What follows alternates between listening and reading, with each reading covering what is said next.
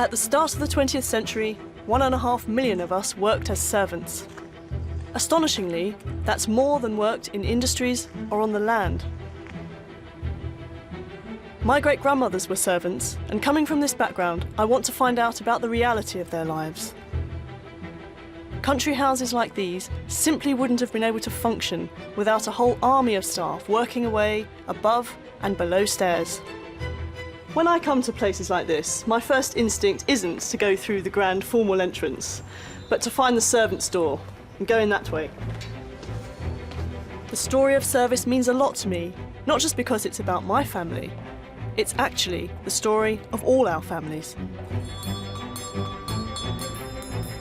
In this series, I want to dispel the nostalgia we have around domestic service, to reveal a darker, more complicated world. Who's this? Me. I wasn't bad looking, were I? Yeah, you were very good looking. We were underdogs. We weren't on the same level as them. And we had to know our place. Centuries of service have left behind a messy, emotional legacy. An obsession with class, with its complex mix of deference and resentment that's been passed down the generations. An obsession that makes us, for better and worse, who we are. We've ignored it for so long, but the history of service is at the heart of what it means to be British. In the first 2 episodes, we've seen that the ideal servant was a Victorian invention, a way of ordering society into its proper place. And ironically, at the very high point of service, a new generation of forthright servants directly attacked this ideal. In this film, we witness the complete collapse of the old order, leaving the master-servant relationship in turmoil, and the very notion of service itself in crisis. And of course our servants' hall is now a tea room seating 100 people for tea. And there's nowhere there for the chauffeur to sit. It's the story of how, the moment they have a choice, servants leave service, never to return.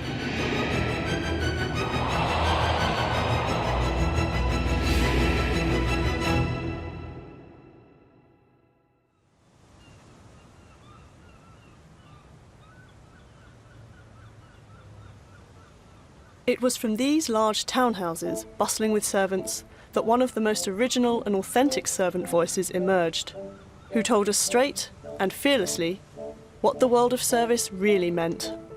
One of the first lessons I learned in Brighton is that there really are, as Disraeli said, 2 societies, rich and poor. In 1922, a 15-year-old girl named Margaret Powell came here to Hove in Sussex to work as a kitchen maid. It was her first experience of live-in domestic service. Years later, that experience would become the basis for her best-selling memoir, Below Stairs. Read by millions, Margaret's memoir told us a raw, uncensored story of domestic service. Well, when that great door crashed on me in 1923, I felt as though I'd gone into prison. I felt as though I was there for life and would never see the light of day again. And then I went into that dungeon of a kitchen, and that enormous great kitchen range, and was shown the list of kitchen maids' duties. Anybody would think that it was for a week. And when I discovered that I was expected to do all that work in a day, I nearly died. Rise at 5:30, 6 on Sundays, light the range, clean the flues, polish the range, polish the steel fender and all the fire irons, rush up and do all the brass on the door, clean all those great stone steps, do all the boots and shoes, lay the servants' breakfast, wait on them, take your own out in the kitchen, not allowed to eat with the servants when you're a kitchen maid, and so on and so on. I felt as though the dark ages had returned, and I couldn't stand it. And this was that dreary little basement, and over here was that kitchen, and all that I ever saw of life was people's legs as they walked by there. And then at night, when the day's work was done, and mighty late it was sometimes, I would drag myself up all those 132 stairs to that garret on the top. The thing that stands out for me when reading her book is not just the grim description of her daily duties, but her fervent, deeply felt reaction to that vast gulf that separated her from her employers, a seemingly unbridgeable gulf of status and class. We always called them them. Them was the enemy. Them overworked us, and them underpaid us. And to them, servants were a race apart, a necessary evil. What lay behind Margaret's no-holds-barred tale was the great secret.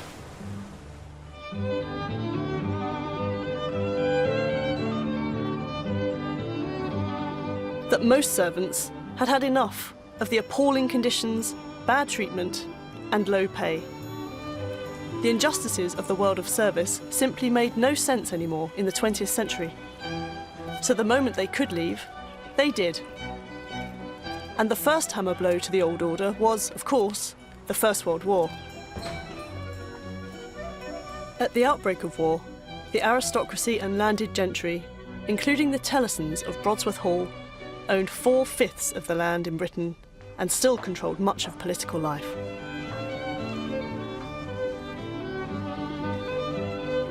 Brodsworth was used as a status symbol and a playground by Charles and Constance Telleson, who led a privileged life, indulging their passions for lavish dinner parties and balls, summer yacht tours around Scotland, and, importantly for Charles, shooting. This social world was all made possible through the work of 15 indoor servants and 89 estate workers. This concealed door separates the world of the Tellesons from the world of their servants. Both worlds were about to change.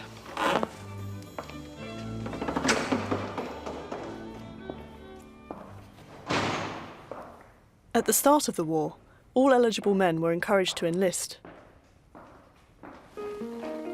Country Life magazine called on its rich readers to do their patriotic duty and release their men servants. Have you a butler, groom, chauffeur, gardener or gamekeeper serving you who at this moment should be serving your king and country? Have you a man digging your garden who should be digging trenches? Have you a man preserving your game who should be helping preserve your country? Would you sacrifice your personal convenience for your country's need? Ask your men to enlist today. And of course, Charles Telleson, too old to enlist himself, allowed his men to go. This is the butler's pantry. This is Mr. Marshall's pantry. One day at the beginning of the war, a young servant called James Hunt would have come in here to hand in his notice as he was going off to the trenches. It's a photo of who we think is James here. He was a footman, and here's Mr. Marshall in the centre. Over the next 3 years, all the healthy men left for the war, including Mr. Marshall. Telleson may have lost most of his men servants, but he was not about to forego service. Other solutions had to be found. This picture is just one of a whole collection of photos taken by one of the few men servants deemed not fit to serve, valet and amateur photographer Alf Edwards. It was during the war that Alf started courting his future wife Caroline, then Brodsworth's cook. He was the valet, she was the new cook, yes. But their paths wouldn't necessarily cross. No. So how did they get together? We're standing in the room where some of it happened in the kitchen. Alf had an established routine of bringing his prints into this kitchen and hanging them up. So they'd all be hanging along here? Presumably on some sort of washing line or whatever they had here to dry. But of course with Caroline being in the kitchen and him wandering in and out, and they got talking. Where is this taken? We're not sure. We think it was taken somewhere on the estate on a Sunday afternoon when they were courting. We presume the dress, that beautiful red colour, was the real colour. During their courtship here, they spent a lot of time photographing each other. Look at the tint on that. Fantastic. He didn't go and fight in the First World War. No, Alf had consumption. We now call it tuberculosis. Right. And he was exempted from war service because of this. The big impact on Alf was the huge number of jobs he had to do during the war when he was in progressively worse and worse health. Alf had been hired as a valet, but like for so many servants during the war, his duties multiplied. He now chauffeured and ran the gun room. Alf was good with guns, He's seen here loading for Tellison. Charles Tellison was determined to maintain service standards at home, on his estate, and in his gamekeeping. Maintaining the large team of beaters and keepers needed for shooting was extremely difficult during the war, as revealed in the game book, preserved in Brodsworth's archives. Gamekeeping's pretty highly skilled activity. It was both highly skilled and very prestigious. The gamekeepers are always amongst the highest paid of the estate workforce, actually. And in fact, in the estate accounts, we always see there's always a whole separate page, or it's almost like a separate department. In fact, I'll just show you. What does the war do to that expertise, would you say?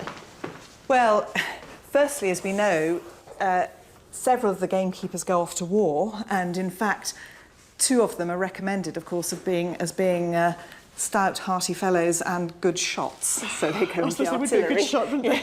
Yes. And this battered-looking book is their record of all the game they shot. It's the game book, which they kept detailed records of right from the 1860s. Here, for example, in 1913, this is a sort of typical year for them, which is that they're shooting, the tally here is 4,999 pheasants. That's 5,000 pheasants, yes, in the season running from September to January. That's right. Yeah. And but when they include other things such as the partridges and the hares and so on, it's just under 8,000 items of game.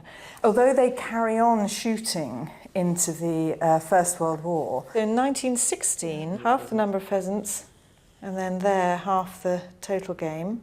And what happens in the following years? In 1918... 824. Yeah, so by Brodsworth standards, that's very little. Yes. Older men and young boys filled gamekeeper roles, but above all, female servants in country houses across Britain took on extra duties, as explained by Tellison himself. A wonderful article. The Livestock Journal in 1916, which alludes to how the war was hitting his entire estate workforce. Like all other estate owners, the labour problem through the war has presented itself in acute form at Brodsworth. His agent is an officer in the army, his head gardener is just called up, 3 estate clerks have gone, the man in charge of the poultry is about to be superseded by a woman because the military claim him. And the squire told us he has not a chauffeur left. So the poultry farm is being managed by a woman. This is just a photograph of the lady who then had to take on her husband's role looking after the poultry. And you can see that it was pretty extensive. Oh, yes. And it wasn't just any old poultry. They were show poultry. I mean, this is just the most wonderful prize-winning cockerel. So it was a serious business, actually. Again, she would have been handling money and dealing with commercial orders and all that kind of thing. She's not just feeding the chickens. Not just feeding the chickens. It sounds like that. No, it's a serious business. Do we know her name? Yes, she was Mrs. Foote. Mrs. Foote. Yeah. And then after the war, she stepped back. Yeah, so it was a temporary... But you see, I think the genie was out of the bottle there. You know, once... many women were happy to go back to doing what they'd done before, and you know, it's the return to normalcy, return to normal after the war, but a lot of them weren't. You could no longer argue that they couldn't do it. Mrs. Foote's experience of stepping into a man's role was replicated all over Britain as the government actively encouraged women to do your bit, replace a man for the front. Technical, mechanical, and even hard labour jobs were suddenly opened up to women. And the most dangerous one of all was munitions. This is the Woolwich Arsenal. At its height during the First World War, it was Britain's biggest munitions factory. It's a vast complex. Over 30,000 women would walk through those gates every day to start a 12-hour shift. It's dirty and dangerous work. A third of these women were recruited from domestic service. They were often given the most difficult jobs of bomb making and chemical processing because they were considered clean, efficient, and most importantly, trustworthy. These ex-servants were attracted to the dangerous work through higher pay and a sense of camaraderie. War work offered women in a vast range of professions regulated working hours and conditions, and access to subsidised childcare. They joined unions in their thousands. Female union membership during the war rose by 160%. After the armistice, heroic men servants returning from the trenches were promised jobs in a land fit for heroes. Women, on the other hand, were expected to step back to their traditional roles, above all, into domestic service.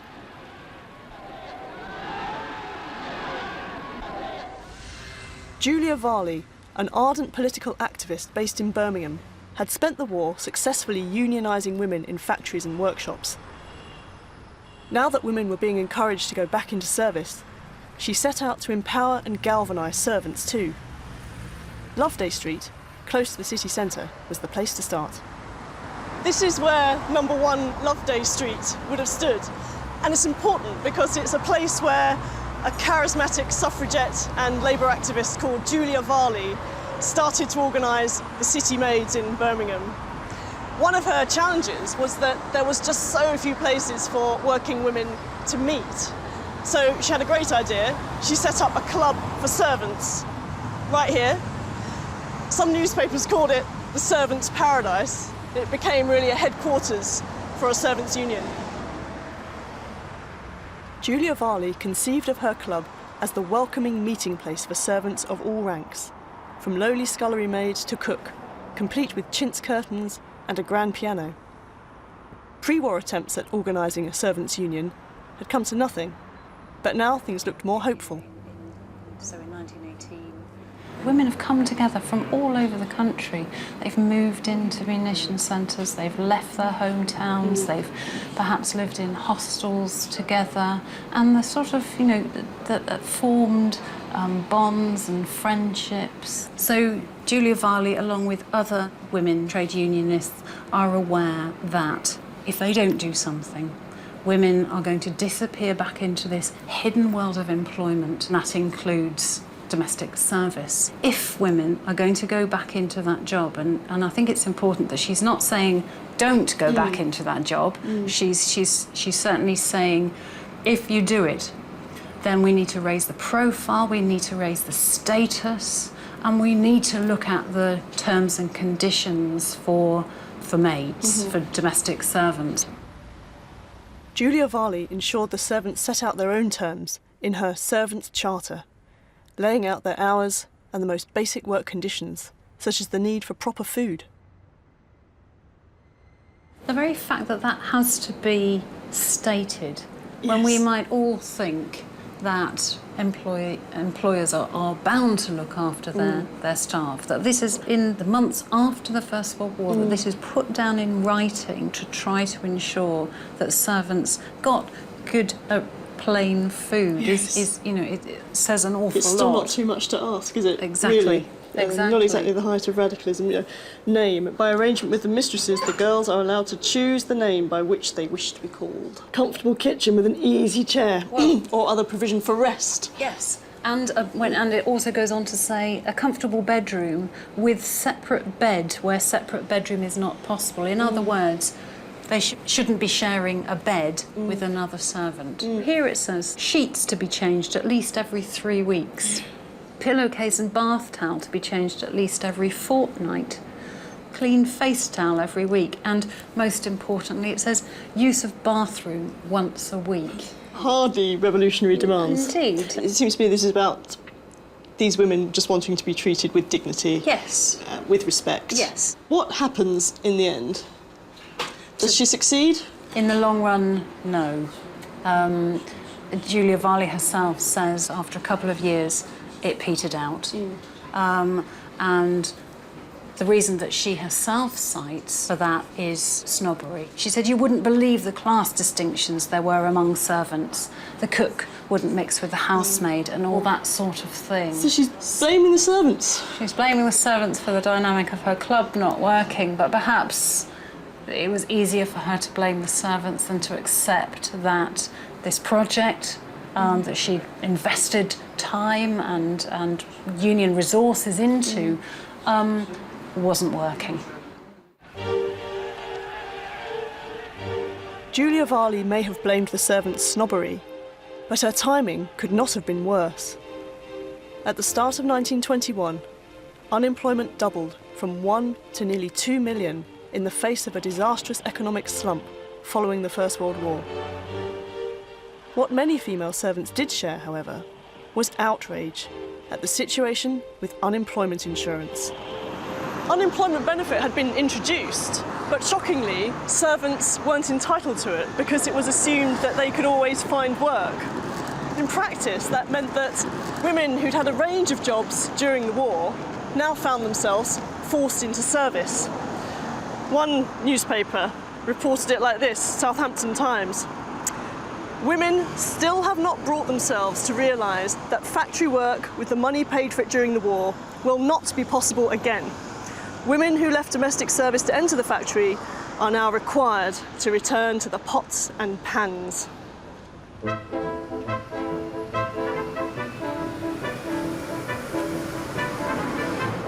The war's effect on the service economy was clear. There were now 200,000 fewer servants. When women refused service jobs and attempted to claim the dole, the outraged middle classes called on their politicians to fight their cause for them.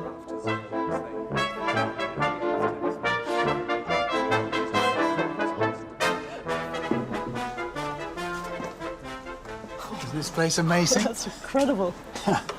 Some wallpaper. Let's look here at the Hansard. It's even quite surprising to me that servants make it into parliamentary debate. Well, they were very big in people's lives, and the lack of servants was very big in people's lives. And here we have Captain Terrell. Who's Captain Terrell? Captain Terrell is the Conservative Member of Parliament for Henley. And Henley was very much as Henley is today. So what's Captain Terrell up to? Captain Terrell is obviously bothered because his constituents can't get domestic servants, or can't get domestic servants for the wages that they're prepared to pay. He asked the Minister of Labour whether he will institute an inquiry into the abuse of the unemployment pay by women and girls who, accustomed to domestic service, now refuse to re-enter it. So, very cleverly, what Captain Terrell is doing, he's not saying my constituents can't get domestic servants, which is what he means. He's saying that women are abusing the dole by going onto the dole and taking money from the state rather than going out into gainful employment, in brackets, working for my constituents as domestic servants. It's blaming the dole for the servant shortage. Exactly so. You have the breaking up of the simplicities of the class system, the ending of the days when there was a servant class, and women of a certain class would become servants, and women of another class would have servants, and the classes were supposed to know what they were there for, and not suppose that they could carry on working in munitions factories, for instance, as they had been during the First World War, with higher pay.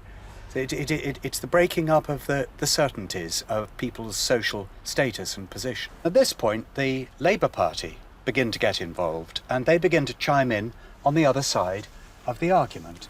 Mr. W. Thorne, a Labour MP, is doing what MPs and journalists love to do. He's bringing a real-life case to the House of Commons, a heart-wrenching case to the House of Commons.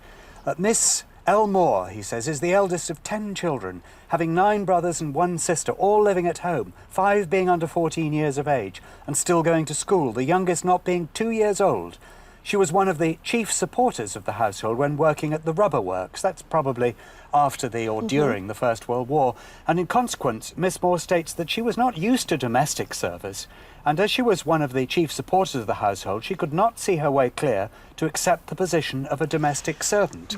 And they're going to take the dole away from her, and her whole family rely on her. This is one of those lovely human stories that can be so much more effective in politics than dry argument. Yes, and a girl like this who's 17, it says there, yes, is expected to take a domestic service job, wherever that may be, regardless of the fact that she hasn't been trained to do it, and regardless of what and to suit the convenience of her mistress, rather than the looking after all her younger brothers and sisters.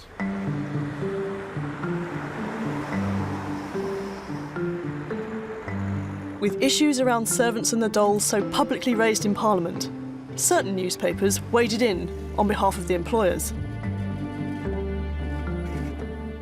The Daily Mail picks up the story. They run a campaign over 2 or more weeks called Scandals of the Dole, paying women to be idle, girls who ought to be in service. And they employ a special correspondent to investigate the problem. The most flagrant scandal connected with the doll is that of the thousands upon thousands of women who are drawing it when they ought to be in domestic service. This is a scandal which is capable of no kind of valid excuse.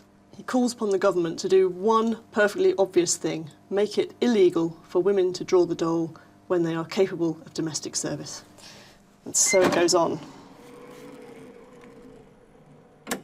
Well, the campaign's gathering pace, and a week later, there are lots of letters from correspondents. Here's one. To the editor of the Daily Mail. Sir, for 4 months I have been trying in vain to get a servant. I applied to the Labour Bureau. They told me they had no servants of any sort or kind. There were 10 women forming a queue in the office passage and up the stairs and in the street, obviously of the domestic servant class. I asked the clerk what they were doing, thinking they had come to try and get employment, but was told they were women waiting to receive the doll. It's N. Swinton from Barnes. All this public debate resulted in a committee of inquiry, staffed with women from all sides of the political spectrum, including Julia Varley, but no actual servants. The committee came up with some quite thoughtful recommendations: better training, better conditions, improving status. But in the end, its report was shelved. As with so many problems a government doesn't want to deal with, the inquirer's report was kicked into the long grass. For no one in Parliament seemed to have the answer to the underlying question: what to do when thousands of young women refuse to go into service?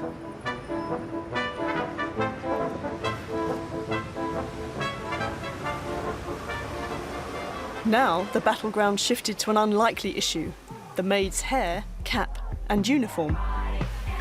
Nothing typified more the indignity of service than old-fashioned uniforms, and the cap itself became a hated symbol of deference. The mistresses now took it on themselves to persuade young women back through a fashion charm offensive.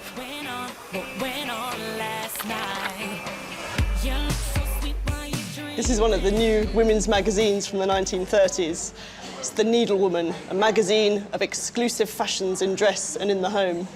It's the kind of thing that would have been read by a lot of mistresses, and it's got some great hints for the mistress as to how to keep your maid happy. And one way they should do it is by improving on that uniform and the cap. Mistresses who have difficulty in persuading their maids to wear the stiffly starched cap and apron should try the effect of a dainty apron and cap, similar to the one in the picture.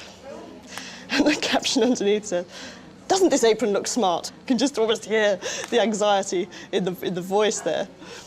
She doesn't look desperately happy about it. There's a great one here, I love this. To make your maid look her best. Maids' uniforms are very different nowadays from the stiff, cumbersome designs worn before the war. The wise mistress finds it pays to make her maid take a pride in her dress. Many smart mistresses in Mayfair find that the maid who resents uniform will be quite happy when wearing a picturesque outfit in colour. And you go back to a picture of a maid and a caption. Any maid would feel happy with a dainty apron like the one above. I think if you read between the lines here, there's a real sense of anxiety, insecurity on the part of the mistresses. They're not sure how to deal with this new breed of maid, more flighty, more, got their own ideas about how they want to look and how they want to be, how they want to live their lives. But they're making an effort. They're going for it. They're trying to say, if we meet them halfway, nicer uniforms, they'll be happy. But it's a bit of a vain hope, I think. But there was one mistress who came up with a truly radical idea, which offered servants much more than simply a prettier apron. Society hostess Lady Malcolm organised an annual servants' ball, where servants and employers could meet on equal terms. She called it her Cinderella dance, and in 1928, the ball took place in the Warncliffe rooms of what used to be called the Grand Central Hotel in London. Tickets were on sale to all, and it was difficult to tell, amongst the 1,000 dancers, who was a servant and who an employer.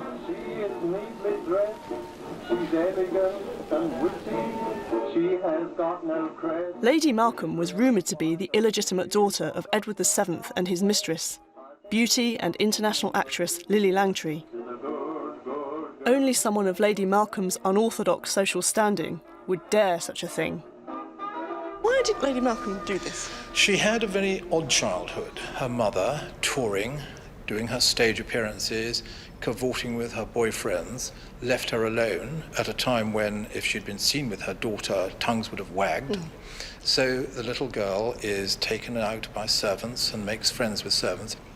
She sees that they are not just human beings, but in many ways nicer human beings than the grand folk with whom she is expected to spend her time. How did the ball work?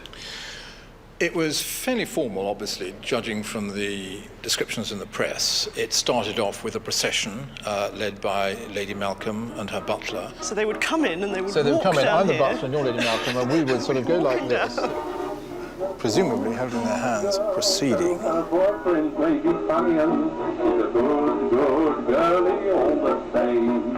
The press all over Britain delighted in covering the ball, as did the American Delaware Morning Star. I love this headline. So Lady Malcolm defied society, danced with the butler, while the conservative London dowagers sat back and sizzled but had to take it. The dowagers gasped in astonishment as the erstwhile dignified British servant chatted gaily with Lady Malcolm while he escorted her across the spacious floor with the casual air of a young lord.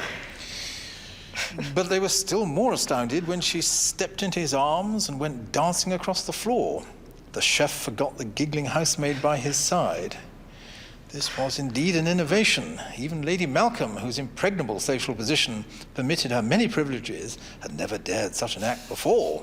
That's excellent, Lady Malcolm. Looking, of course, away from the butler, and indeed he does look a rather bottle-nosed old buffer, doesn't he? I think she's either holding him up or she's turning away from his very, very wine, alcoholic breath. And of course, that's one of the things you never hear about. I mean, what was their actual feeling about being held in the embrace of a man who was serving you your drinks for the rest of the year? Could you ever quite go back? The question is raised here, I think. Could you ever go back to the old relationship once you had gone through that? Because that old relationship depends on that difference. It depends on the difference. It depends also on physical distance, by which I don't mean that he wasn't a few feet from you. And of course, when he was pouring wine at dinner, he was leaning over your shoulder. But nonetheless, they weren't actually touching. Whereas once you'd been in his arms, things were never going to be the same again. In her own way, I think Lady Malcolm achieved one of the great sort of blows against the class system. But while some mistresses were trying to charm their servants with balls and flowery aprons, a new model of middle-class service was emerging. Change came from a surprising quarter, not from the country house set, but from those eager to move out of crowded city housing.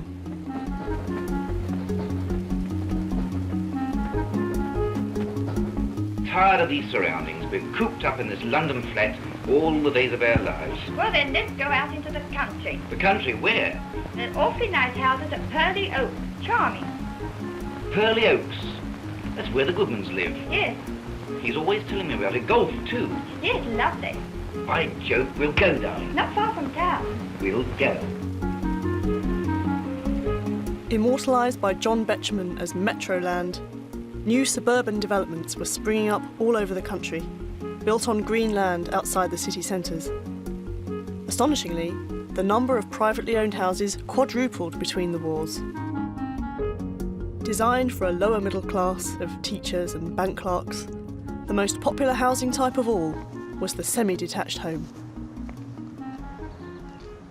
This is a classic 1930s house. The families that moved out to these suburbs were full of hope and optimism. They were building a new way of life. And you can see it in the sunrise motif over there, which was everywhere at the time. What's really interesting is that this new way of life required a different kind of servant. It's hard to imagine that these small houses had room or a role for servants. Lots of families still wanted the status and the labour of having some kind of servant, and so they compromised by having a day servant. Okay. Somebody that, you know, was kind of like a cleaner, but we don't really have cleaners at this point. So day servants would still have looked very like traditional servants. Still wear a uniform. They might well have worn the uniform, they might well have come in pretty early, so they might have come in at about 7 o'clock in the morning, Right. and again left fairly late. So they still have the long hours. The suburbs were not a servant-free zone. So I think for a lot of families, they really wanted to have the visible domestic worker, the daily servant in their house, so that they could show to everyone, you know, we've arrived, we really are middle class. So they might get the maid working, you know, hoovering or serving up dinner in the front room and have the bay window curtains open and the lights on so that everyone can look in and see what they've got. Glance. But how was the already fractious bond between servants and their employers going to play out in these small houses? Well, it causes immense problems for the relationship between employers and dailies because they're thrown right close together. You know, they no longer have the clear sense of separate spaces. But you can kind of still see the way in which that is built into a house like this. Well, let's the see. fact that it has the side entrance so that you can still have tradesmen and dailies coming in around the side is very important. That's still a kind of an attempt to delineate the status of the different people coming in and out of the So house. that's an important part of being semi-detached. Absolutely. Is that you have a side entrance. Yeah, yeah. It's less upstairs, downstairs. It's more front door, side door. Exactly, yeah. So this kitchen is modern because it's full of labour-saving devices, the cooker and the gas and the fridge, but it's also part of the house. It's integrated, isn't it? There's a kind of proximity to the rest of the house. That's right. Kitchens were being pulled in to family life. I wouldn't say they're yet the kind of the heart of the home, which they become after World War II, but nonetheless, this might be a family room. You might have the family breakfasting in here all together. But we also need to remember that there were real limits to that. So although it's a bright, cheerful, sunny room and it's kind of just, you know, a step away from the other rooms in the house, this was also the servant's domain. And if you just look out here, she would have been expected to use this little outside toilet. So it's really clear that servants were not being invited to use the indoor facilities. Indoor bathroom. Yeah. So just have a look at this. What we've got here, this is some servant-grade toilet paper. You see, strong toilet tissue. So, you know, you've got the soft quilted toilet paper upstairs, and here you've got what I call the tracing paper version. Tracing paper. Yes. But what is going on here with these two bathrooms? What's the story? I think what we see is a kind of persistent disgust at having to share intimate spaces with servants who were still imagined to be other. They were still different kinds of people. You didn't want the servant in your bathroom. The physical otherness of the servant, you know, the disgust at their bodies. So that sense of disgust is really played out in these different products. That, you know, the servants get carbolic soap and the family gets scented, creamy, lathery soap. Just like the suburban houses, innovative household appliances were designed with servants in mind. If you look here, you know, this is a great example of this. It's the Daily Mail Ideal Labour-Saving Home book, and it's full, it's absolutely packed with adverts and commentary, which is basically saying, how do we solve the servant problem? Here you've got all these happy-looking servants using these devices. You know, they're trying to say the solution to your disgruntled servants is in getting the carpet sweeper, the sweeper vac. Smiling servant, no cap. That's right. Much less decorative, fashionable hair. That's right. Gadgets were being sold as servant pacifiers, but in reality, the roles of servant and middle-class housewife were becoming increasingly blurred. With new technologies significantly reducing the hours and physical challenge of housework, who was actually doing the work? Suburban housewives were taking on tasks like cooking, but one duty remained beyond the pale, to the point of absurdity. This is a wonderful example of how, in some ways, things hadn't changed that much. What is this, the receiver door? The receiver door. It's being advertised here as the greatest household labour-saving device. It actually says here, the receiver door is the silent servant of the household, giving orders and receiving parcels. Now, when we think of what the greatest labour-saving device of the 20th century is, we might say... Washing machine. Vacuum cleaner, yeah, one of those. Yeah. But here, this is a device which enables you to not answer your own front door. So it's a little hatch that goes out at the front, and you know the tradesman delivering some meat puts their parcel in it, and you open it and take it out on the inside. And you don't need to have an interaction. So you know we don't think of answering the door as particularly hard work, but it was still a really fraught thing. Do you answer the door yourself if you're not a servant? Is it okay for the mistress of the house to do that? And would that kind of thing have been installed in a house like this? Yeah, this is exactly who they're aiming at. It's exactly the middle class house where there's not enough money for the old staff. And those higher up the social ladder, who did still have enough money, were desperately clinging on to their live-in staff.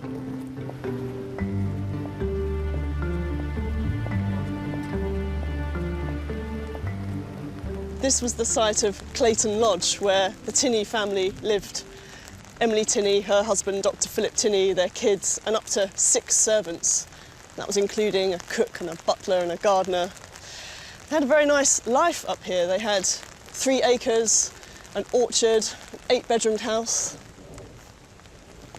It's all been bulldozed now, and it's been replaced by period houses, mock period houses, ironically.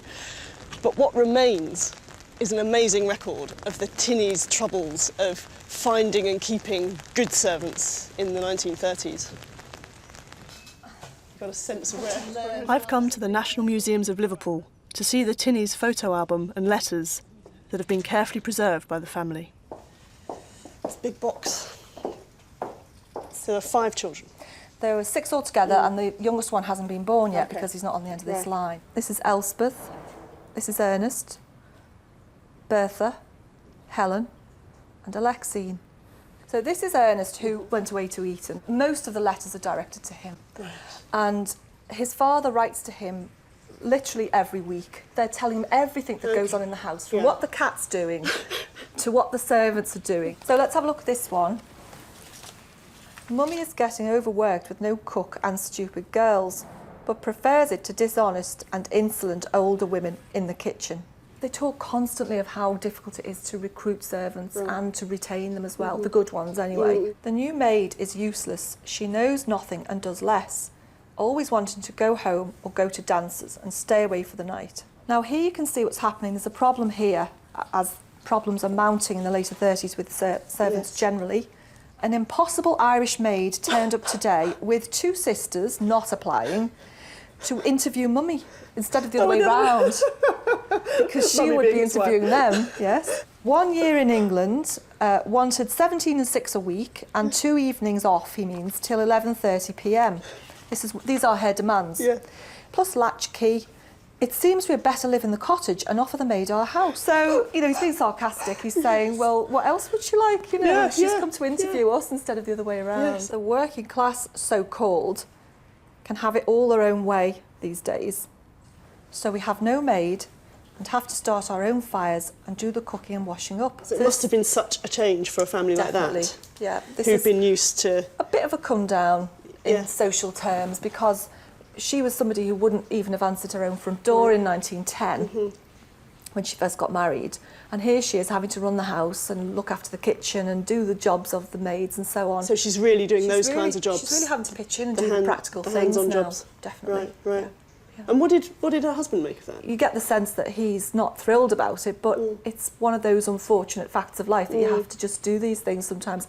They're powerless against the trend of history, which is fewer and fewer servants around. Yes. And this is a good example here from a letter from 1937, which talks about the kinds of things people are considering as an alternative. No signs of a cook, and most people are in the same plight. The aerodrome and factory at Speke, which is now John Lennon Airport, will absorb still more girls. So girls are going to work So in the new girls industry. are going to work in the new industry. These new industries are absorbing people from different directions, including servants, in a big way. We badly want an importation of Russians or Spaniards to act as domestics. The Irish cannot be counted reliable, and the English won't work. The English won't work. So that's an interesting 1937, statement. yes. They are obviously looking abroad for servants at this point. I've not got a maid yet. Nearly all the ladies I know have got Austrian, German or Swiss maids, but I have not quite brought myself to that yet. Even though there was a demand for Austrian and German maids, it wasn't that easy for them to get into Britain. In the build-up to war, Jewish refugees fleeing Hitler flooded into the country. In order to control the flood, the British government started issuing new visas, including a domestic service visa, which restricted the holder to working as a live-in servant only.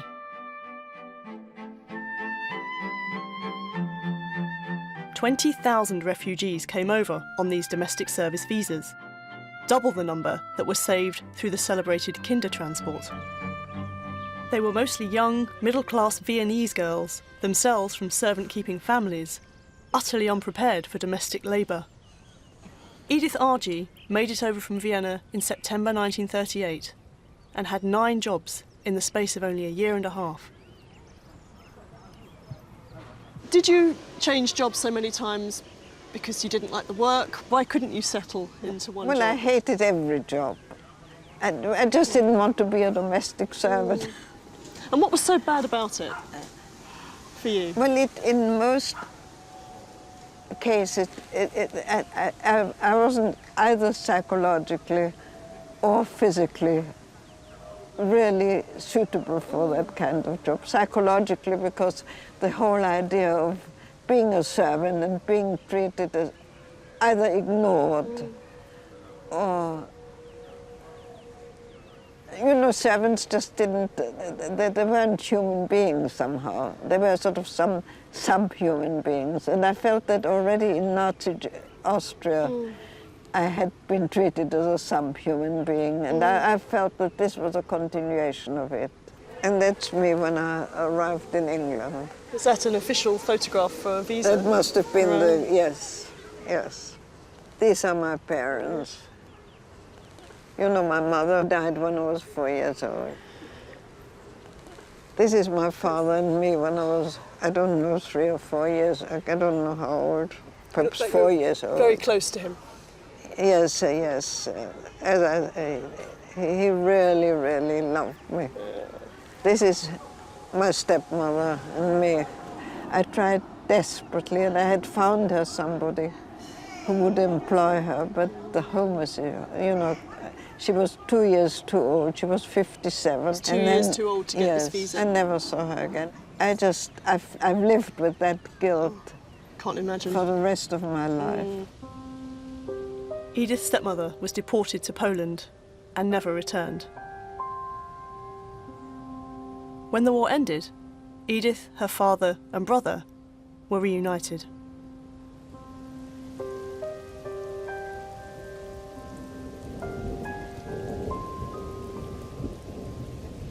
Although the war may temporarily have pulled more women into servant roles, its aftermath inflicted lasting damage to the world of service. Many big houses like Brodsworth faced crisis. With soaring taxation, there were to be no more shooting parties or hunt balls. And the live-in servants that remained, down from 15 in the last war to just 3, spoke out with a new openness and directness. So is this you when you worked here? Yeah. Wow. In the night, when was this? After the Second World War? Oh, definitely. So how old were you here? About 18, 19? About 19. I wasn't bad looking, was I? Yeah, you were very good looking. Look at that. Is that your dress? Yeah. It was blue. So you didn't wear a uniform? That was my uniform. Yeah. And a white apron, and a big one on the morning and a small one. Okay. But I had to supply them myself. Right. But you didn't have the cap and the... No. Had that all gone out then after the war? Yeah, that had finished. They never asked you to wear one? I wouldn't have done it. Wouldn't you? No. Why not? No. No, well, big enough mug as it was. What did you have to do here? What was your job? Parlour maid. Right. I used to do the breakfasts. Right. I used to help Esther upstairs with the sitting room, clean the brasses, and then I'd go down to the dining room, see that their breakfast were all right. Yeah. And then upstairs, help to make the beds. Back downstairs, clear the dining room, wash up, clean the silver, get ready for lunch. This is all before lunch? Yeah. Yeah. It's a big house, isn't it? Oh, big house. It really was hard work. Yeah. I mean, do you think you and Emily and Esther, you were helping them to maintain a lifestyle that was really on the way out? Yeah. Well, I mean, they used to have, what, about 10 staff. They was left with 3 of us. Mm. But expecting the same... Expecting the same standard. Mm. And I mean, when they had guests, Muggins here had to do the donkey work. Mm. And it was hard work. We were underdogs. I mean, we weren't on the same level as them. Mm. And we had to know our place. Right. Ask at your local Ministry of Labour office or a hospital for details of how... But Sheila didn't accept being an underdog. After an argument, she left Brodsworth, later getting a job as an auxiliary nurse in the new National Health Service. First, you must learn nursing. It isn't difficult. While you're learning, you're paid. The job is interesting and there's plenty of companionship. 1 day off a week and 4 weeks paid holiday a year. Oh, it was a different life altogether. How would you explain that? What do you say? Well, I had more freedom. Mm-hmm. I mean, when you're in service, you're confined. You don't get out, only on your half day. But there, I'd do my shift at the hospital, then I could go out. I could even go to a cinema, which was unusual for me. And how did the money compare? Oh, better. A lot better. So more money, more freedom. Yeah. Sheila met her husband Bob while he was working in a children's home. And after you left, did you keep in touch with people here? We came once, my husband and me, to talk to Emily. Well, Mrs. Grandalton must have heard our voices. And she came and, "Oh, Sheila," she says, "nice to see you again." And she says, "Who's this?" I says, "My husband." And she said, "Would you like a job here?" So he says, "What's it worth?" So she says, £4 a week. What did she want him to do? She wanted him to be the butler. £4 a week and those 2 rooms, you know, where right at the end. When we got outside, my husband said, "No way," he said, "would I work in a place like that?" He says, £4 a week and 2 scruffy rooms. He says, "No way." It's interesting, isn't it? Because it almost sums up the end of formal service, that was the end of an era. We'd had this system for 100 years or so, and then because people like you and your husband weren't going to do this work anymore. No.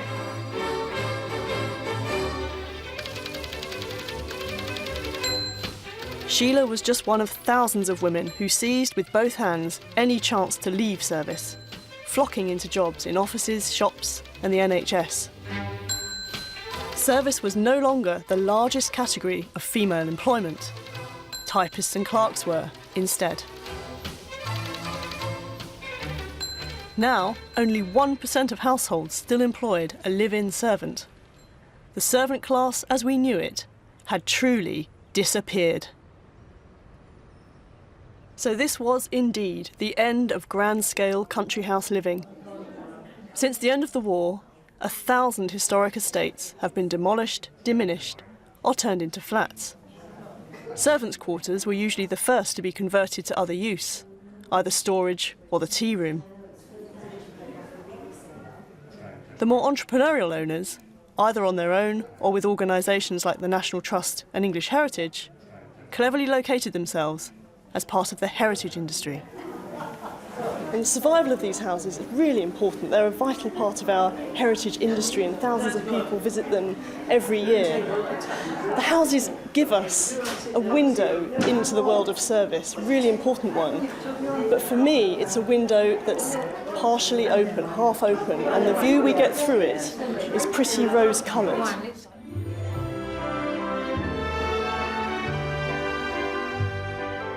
Often, the fantasy of service presented in these houses is tinged with a sentimental nostalgia. Old-fashioned cooking implements, retro household wares, and beautifully recreated foodstuffs, from cheeses to game, are all carefully arranged in the pristinely clean, elegantly painted servants' quarters. Visitors delight in this visual feast. But what can't be mocked up is the reality and complexity of the servants' lives. The memories of most who experienced service were anything but rose-tinted.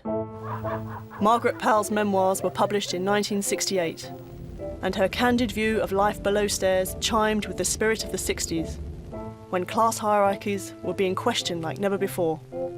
Her publisher sent her on a book tour. The first morning she came down to me, she said, "Cook, have you ever worked for a lady with a title before?" So I said, "Well, no, I haven't." So she said, "Well, I suppose you know how to address her." So I said, "Yes, I suppose I'd say Lady Gibbons." "Oh, no, you don't," she said.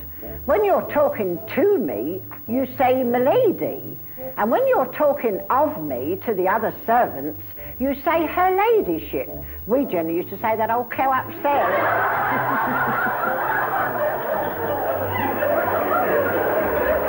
The public's interest in what Margaret represented turned her into something of a celebrity. The BBC sent her to interview the kind of people she might earlier have worked for, questioning them about how their lives had changed. My host is Hugh Seymour, 8th Marquis of Harford. I'm feeling very grand. Very well, thank you. Welcome to Very nice to meet you. Do you entertain them? I mean, do you have house parties now as they did in the old days? Not quite on the scale. We reckon to have 6 or 8 people to stay every now and then. You do? Which I love. I love to have that. I love the idea of having 20 people to stay. But it's just that my wife says there are certain little local difficulties about sort of bed making and washing up, and we find it slightly embarrassing nowadays. Just occasionally some elderly friends of ours arrive with a chauffeur. And of course our servants' hall is now a tea room seating 100 people for tea. And there's nowhere really for the chauffeur to sit. But what do you think the role is now then of a lord in the 20th century? I mean, or have they got a role even at all? I never see myself as having a role as an aristocrat. I have a role as the owner of Rackley. That's the important thing in my life, owning this gorgeous house. Today, the rich still have staff to cater to their every need, and the middle classes still employ nannies and au pairs to watch over the children, and cleaners to clean the toilets and scrub the steps. They may no longer be called servants, and most now come from abroad, from places like Poland or the Philippines. Their relationship with their employers doesn't have the same anxiety and mutual dependence that once lay at the heart of the master-servant bond. But they are still largely poor, underappreciated and invisible, performing the repetitive, often thankless, yet essential tasks of domestic service. Margaret Powell was able to write about service because she was able to leave it and get an education. My great-grandmothers were servants, but they never had that chance. And I wonder what they would have thought of a Britain without its traditions of live-in service, a Britain that no longer has what was once called a servant class, and a country where their great-granddaughter could choose to go to university, earn a doctorate, and spend her life wielding a pen instead of a broom.